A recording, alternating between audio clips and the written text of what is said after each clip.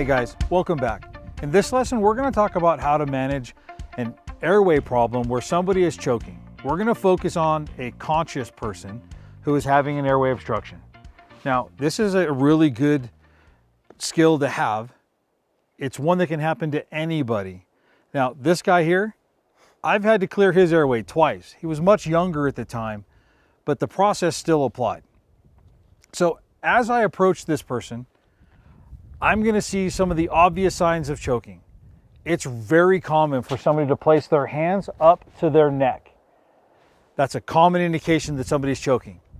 As I approach, I'm going to walk up and I'm going to say, "Are you choking?" He's saying yes.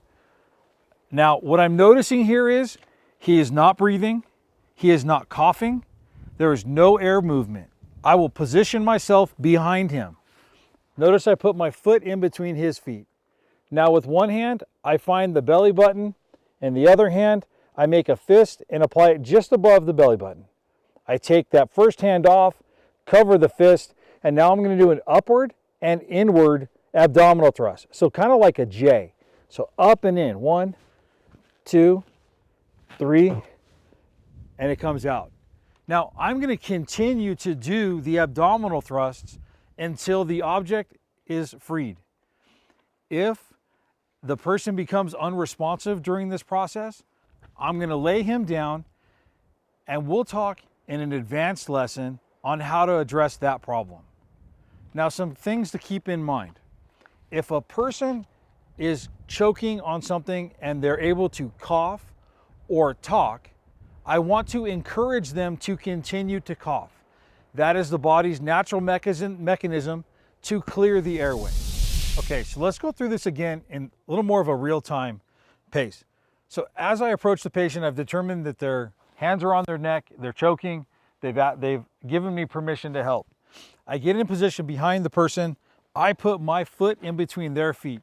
I get a nice balanced stance, and I take my right hand, you can use either one, but I'm using my right hand to find the belly button. I make a fist with my left hand and put it just above the belly button. Now I'm going to take the right hand and cover the fist, and I'm going to do that J stroke, that up and in. Now I can't do it in full force now because the risk outweighs the benefits. So I'm not really doing it. So what I want to do here is I want to do the up and in as hard as I can to try and dislodge the object. When I'm doing that, I'm compressing the air in the lungs and moving that pressure up to hopefully force that object out. If you are interested in learning how to do this for children and infants, the best place to go is a certified CPR course to get that hands-on training. You'll cover this as well. In this lesson, we talked about how to identify somebody who is choking and is unable to speak or breathe. That we're going to apply the abdominal thrusts until the object is relieved. If they become unresponsive, we'll lay them down. So let's get to the next lesson.